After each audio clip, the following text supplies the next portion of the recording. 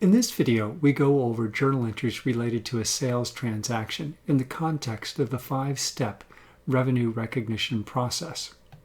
In the context of a simple sales transaction that involves a single performance obligation, it's not that much different than our old revenue recognition rule, which said we report or recognize revenues when we perform the service or deliver the goods, regardless of when we receive the cash. That still holds, but we'll still evaluate this transaction in the context of our 5-step model. We're told that on October 10, 2020, Marigold entered into a contract with Belize Inc.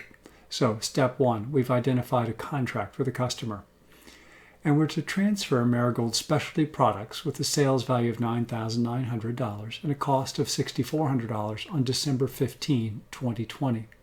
We've identified a separate and single performance obligation, and we've determined the transaction price, $9,900. Since we only have one performance obligation and a single price, step 4 is very simple. The entire transaction price is allocated to the single performance obligation. Belize agrees to make a payment of $5,000 upon delivery and signs a promissory note for the remaining balance on January 15, 2021. What entries does Marigold make on this contract? At the time the transaction or contract is sold, we have no entry because the transaction hasn't taken place yet.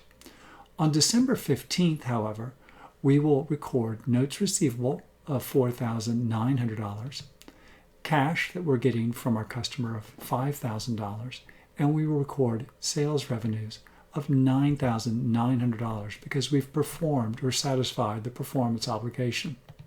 Theoretically, since we're going to be receiving revenues after the point of sale, in other words, the time we've satisfied our performance obligation, we should recognize an interest component to extending debt to our customer.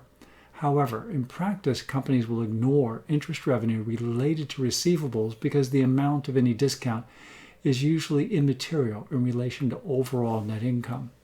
In fact, the profession specifically excludes from present value consideration receivables arising from transactions with customers in the normal course of business, which are due in customary trade terms not to exceed approximately 1 year.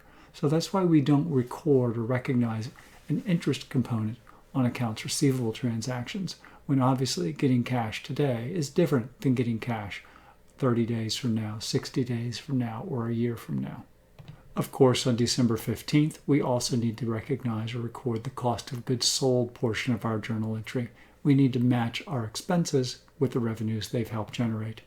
So we debit cost of goods sold for $6,400 and credit inventory for $6,400. In terms of our gross profit margin, recall our gross profit margin is simply gross profit divided by sales revenue.